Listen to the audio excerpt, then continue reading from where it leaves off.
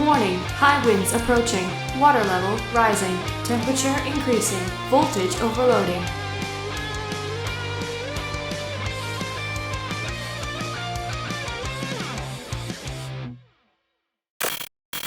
Warning, this video is intended for adult collectors. It contains plastic collectibles, questionable opinions, and the guy that wrote too many of these intros. You have been warned. This is Random Review. Hello everyone, welcome back to the TJOmega channel, and for the week that I am away for TFCon, you are going to have to listen to me talk about Constructicons. Oh, I know, terrible fate. However, I do think it is long overdue for me to talk about the Combiner War version of the toy, considering we have the Studio Series version on the way, and the fact that this was gifted to me quite a while ago, and I try to use all the gifts that are sent to me in videos eventually. So this is overdue. But because it is so many toys to talk about, I decided let's just take the week to slowly go over them. I am going to try to make these shorter reviews because how many times can I describe green and purple plastic? But by the end, you're going to have like a nice little series that you can kind of go through and experience the entirety of Combiner War Devastator if you've never done so before. Now, in the past, I've been quite glowing of this set because, it's one of the best ones they did that year. I said so in that video. We're going to see how well that memory actually stands up. And we're going to start in the most appropriate place, which is Scrapper, the leader of the Constructicons. As you can see, he is a brilliant green payloader, very heavy looking. Really like the sculpted details on him. Little things like ladders are amusing to me, considering it's just for the disguise. And if a human ever tried to do this to a Decepticon, they would get squished. The design itself is fine. Like, this is basically what you would expect. The big wheels would roll well if they were not on a glass surface at the moment. And of course you have the windows, the windshields that are painted in purple to match the rest and to match the original toy. On the actual scoop, it is double hinged, so it actually has play value as a payloader. Very, very cool to see. Now, the elephant in the room, the wings in the room, is the fact that, yeah, just like the original Scrapper toy, Devastator's chest wings can actually mount on the back, just in case you want to pretend like this construction vehicle can fly. But physics exist in this world, so we're going to pluck its wings, assume he flew too close to the sun, and just appreciate him for the styling that he is. Now, the toy itself is, fairly simple, and you can see why it is simple. I mean, these were the earliest attempts they'd done at a 6-piece combiner with as few additional parts as possible, so obviously things are going to be sacrificed amongst all of these toys, but it doesn't look bad. It's a little bit weirdly thin in this area, but beyond that, like, it looks fine. It does the part of the vehicle pretty well, and it does have some nice sculpted detailing. You can see like the hydraulics that are sculpted in. Aside from little ladders, you can see extra exhausts. Even the pegs in the back kind of pass for extra exhausts on the piece. It's done pretty well, considering that, it has to be a leg at some point. So, not really a lot to say. There's not a lot of paint apps to talk about. Obviously, all this works. Let's just kind of go into the robot mode and we will see how this fares. A lot of these are pretty simple. I'm going to unpeg the arms from the sides, and then we're going to do the transformation for the legs, which is actually quite cool in this one. So, I'm going to separate them like so. They are hooked on the undersides here, so I try to slide this leg up.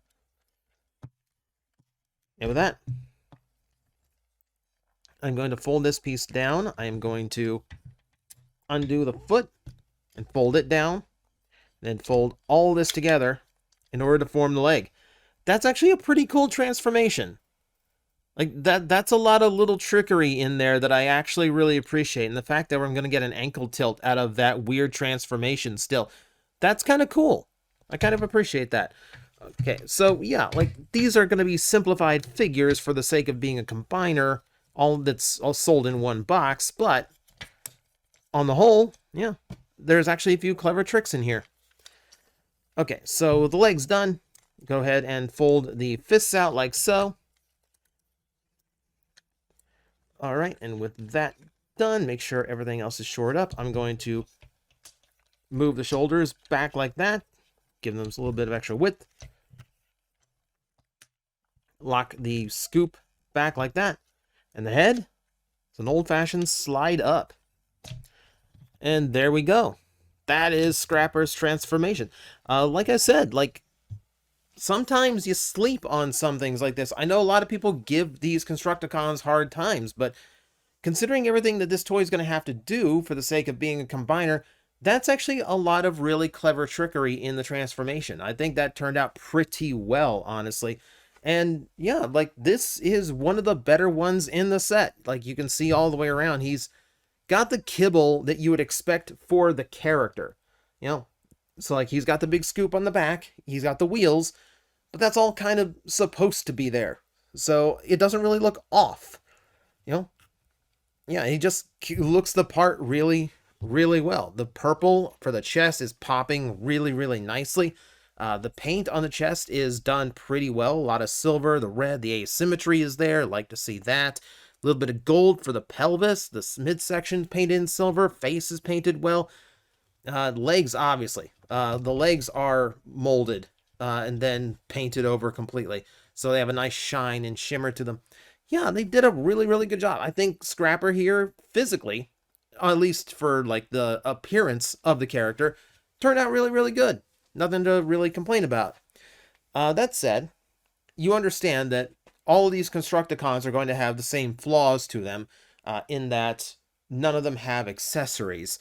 You just kind of have a pile of parts that will eventually go to Devastator that they can use for accessories, you know, like, you know, the fins that we previously saw, which can double as swords for your characters. Constructicons don't really strike me as the sword-wielding type, but, you know, get creative, I guess. Point being, you're kind of on your own as far as play value once you get into the robot mode. That said, we do have articulation that we can look at, and this is where these toys start getting a little bit of flack, right? So we do have a ball joint in the neck, can go up and down, left and right, so you got full range there. The shoulders do manage a universal movement thanks to a pair, you know, a hinge and a swivel working in tandem. There is no elbow joint on this toy. It can rotate, there's a bicep turn, but there's no elbow bend. And this is already where people started having issues with this particular release. Keep in mind, when Scrapper is in leg mode, these arms are going to be the heels of the foot that he's going to turn into.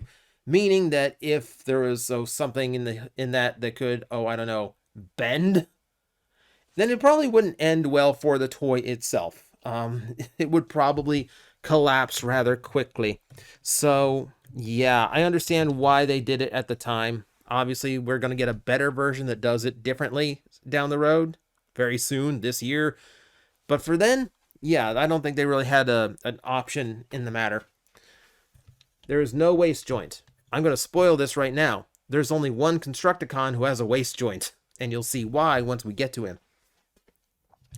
Okay, so looking up to the pelvis section, yep, universal hips. That's great to see. They do have a thigh swivel as well. The knee bend is 90 degrees, and like I said, we get an ankle tilt, even despite that crazy leg transformation. So yeah, the arms are unfortunately limited, as is the waist here.